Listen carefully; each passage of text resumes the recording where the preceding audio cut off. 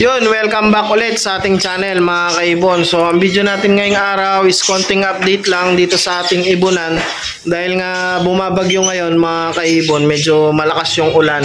So medyo huminto lang ngayong araw pero makulimlim na naman mga kaibon. Sigurado uulan na naman yan mamaya dahil nga may bagyo mga kaibon. So update ko lang kayo dito sa ating ibunan. So pumapasok yung tubig dito sa ating aviary mga kaibon. Ayan o. So basa lahat dito sa flooring natin dahil nga pumapasok yung tubig. Dahil sa lakas ng hangin mga kaibon, pumapasok na yung tubig dito dahil yung aviary nga natin is open.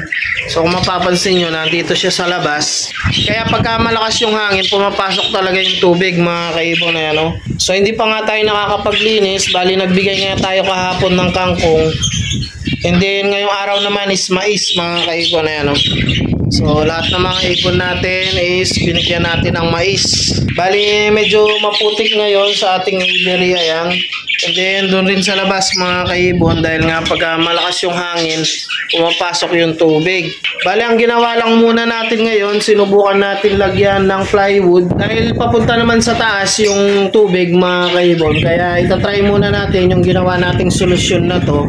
So linagyan natin dito sa may taas ng plywood. And then yung pinaka-aviary mga kaibon, ayan, no? So nilagyan na rin natin ng plywood, bali inalambre lang natin yan.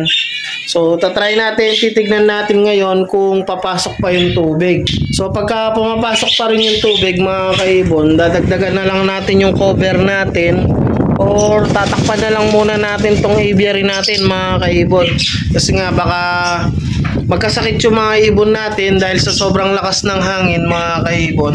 So hindi natin masasabi, baka magkaroon ng sakit yung mga alaga natin. Kagaya nitong isang ibon natin mga kaibon, bali nabasa siguro to. Ayan, no? So medyo matamlay siya mga kaibon.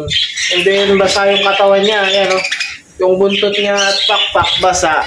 Baka bumabayan dito mga kaibon, dito sa sahig habang kumakain sila. And then syempre umuulan kaya nabasa siguro siya mga kaibon. Ayan.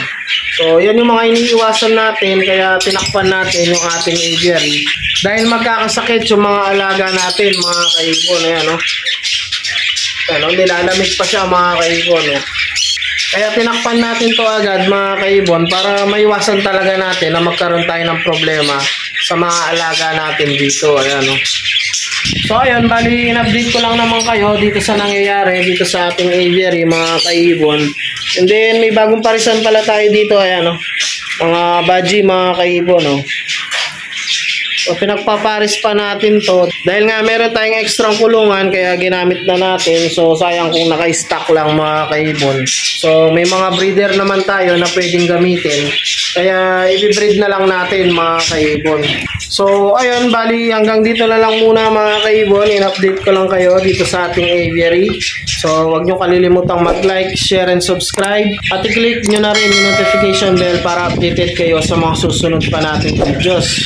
So happy breeding sa inyo mga kaibon and ingat!